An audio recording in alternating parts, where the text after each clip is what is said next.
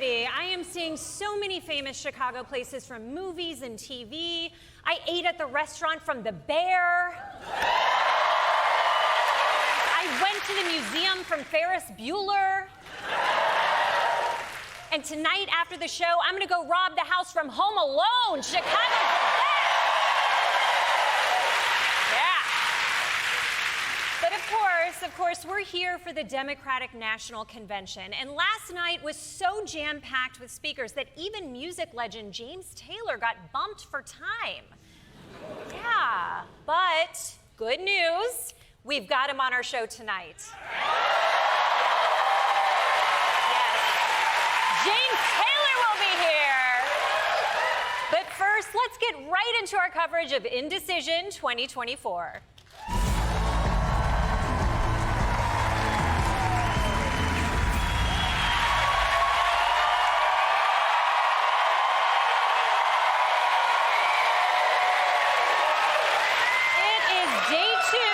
The DNC. All of the delegates are gathered from across the country to participate in this most hallowed and sober-minded democratic process.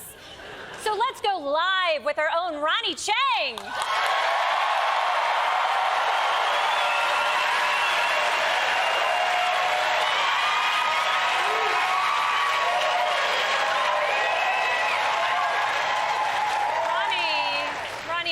Major players there tonight. Who are you talking to on the ground? You got Barack Obama, Bernie Sanders, Doug Emhoff. No one, Desi. No one will talk to me at all. It's like they're not even taking me seriously. Why do you think that is? It's pretty obvious. Duh, racism. Yes, definitely racism. Thank you, Ronny. Ronny Chieng, everyone.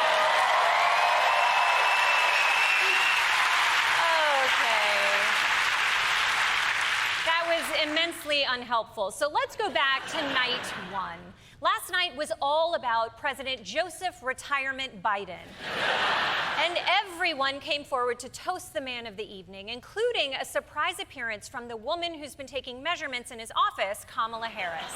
And I want to kick us off by celebrating our incredible President Joe Biden. We are forever grateful to you. For President Biden's lifetime of achievement, we owe him a great debt of gratitude. Thank you to Joe Biden. Thank you, Joe. Thank you, Joe. Thank you, Joe, and God bless you. We love you.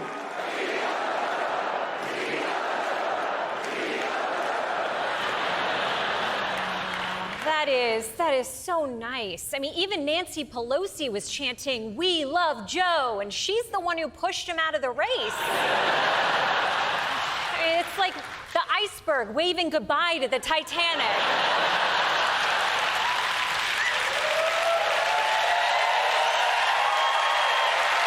Bye. Thanks for everything. Now, before President Biden came out to speak, we got to hear a powerful speech from Hillary Clinton. Yes.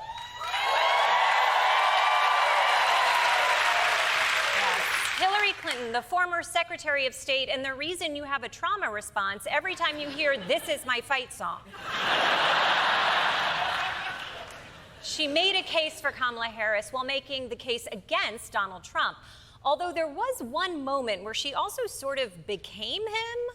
The first person to run for president with 34 felony convictions. As vice president,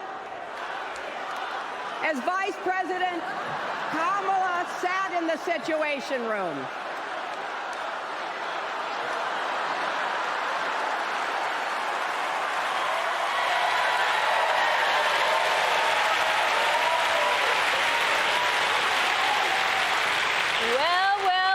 Looks like the lock them up-y has become the lock them upper.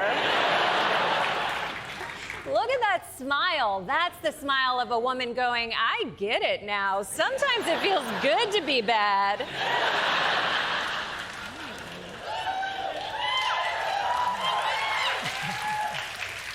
I thought Hillary's whole speech was very moving. In fact, she killed it, although it will be ruled a suicide.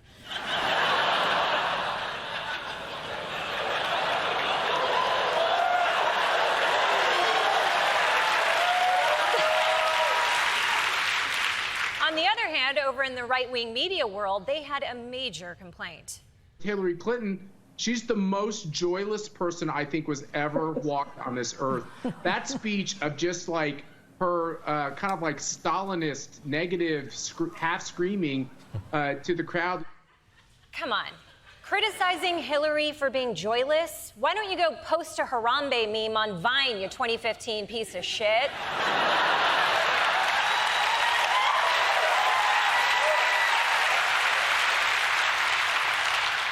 But if conservatives hate Hillary not smiling, I'm sure they'll love Kamala, who was all smiles last night. Kamala Harris came out on the stage. All the laughing, it's like she got into the sherry or something. Come on, guys. Hillary doesn't smile enough. Kamala smiles too much. You know what? You don't get an opinion on this, okay? You get to control one hole on women's bodies, not two, and you picked one already.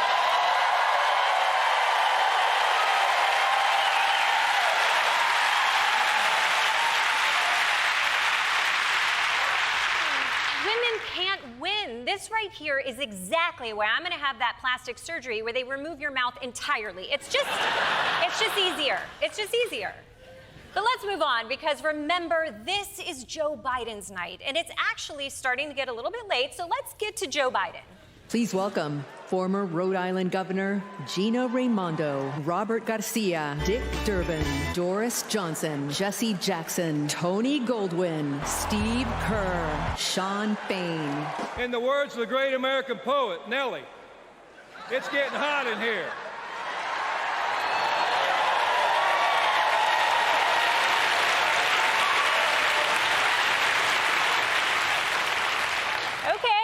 I guess we had time for a dad bod striptease. But guys, it's really getting late now, so let's wrap up the other speakers and bring out Joe. Please welcome Congressman Jim Clyburn. Raphael Warnock, Kathy Hochul, Alexandria Ocasio-Cortez, Jamie Raskin, Jasmine Crockett, Chris Coons. And I want to talk with you for just a few minutes.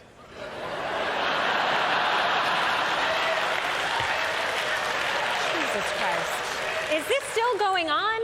No disrespect to Chris Coons, but Chris Coons. It is almost midnight. Mama's got to get to bed. And you know who else has to get to bed? Joe Biden. For the love of God, let's hear from Biden. Please welcome Ashley Biden. Not that Biden. It is 11 o'clock. You can't be introducing new Bidens right now. Do we have to go through the whole family? Is Commander Biden going to come out after this? Jesus.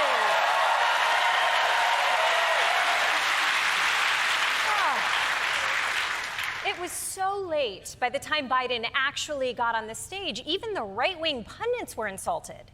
A sitting president pushed out of prime time. It was incredibly disrespectful. I mean, no matter your politics or how you feel about the current commander-in-chief, he is the current president of the United States. I almost felt badly for him. It's the ultimate slap in the face. Is this really how you treat someone that you love? I just think that's disgusting. I'm sorry. I'm very confused here. Do you guys hate him or not? Joe Biden is a corrupt leader of a crime family who stole the presidency, and how dare they keep him up past his bedtime? The nerve! The nerve!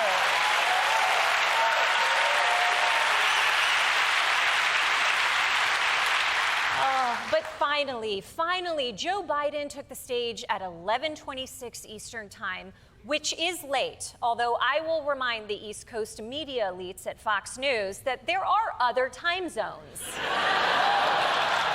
And I'm in one right now. Very nice. I like it here. Now, you might expect that by 11:26, Joe Biden would be coming to the stage in pajamas and one of those old-timey sleeping hats. But instead, he gave his most high-energy performance in a long time. Putin thought he'd take Kyiv in 3 days. 3 years later, Ukraine is still free. China will inevitably surpass the United States You haven't noticed? No one's saying that now. He never built a damn thing. Who in the hell does he think he is? Who does he think he is? Not worthy of being commander-in-chief. Period. Not then, not now, and not ever.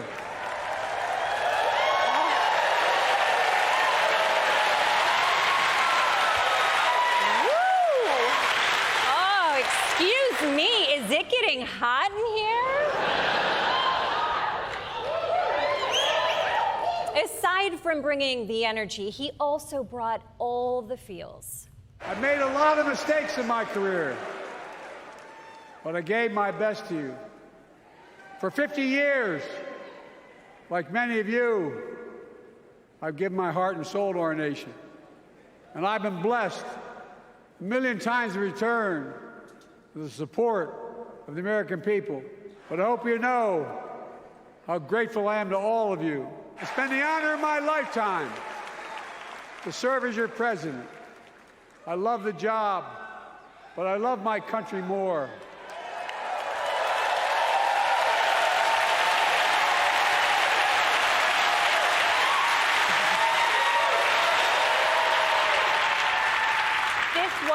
One of Joe Biden's finest moments. He was forceful, he was selfless, he was patriotic. Honestly, it almost made me wonder if maybe we should go back and... Oh, Jesus, Nancy! Damn it, I take it back! For more on Biden's big night, we go live to Troy Iwata.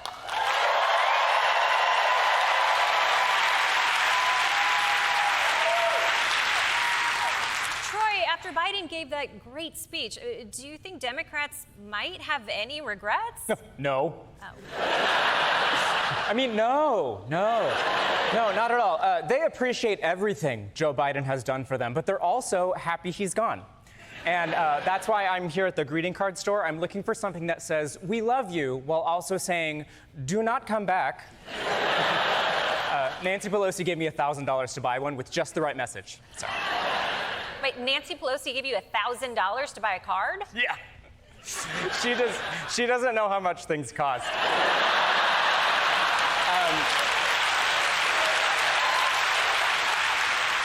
Also, I think she thinks I'm her assistant, Steve. What makes you think that? She keeps calling me Steve. So, anyways, here's one. It says, "Thanks for the memories, and just to be clear, we're not going to make any new ones." Or there's this one. This says, "You've done so much for us, and we're all good now. Thanks." Wow, Hallmark's making very specific cards. Yeah.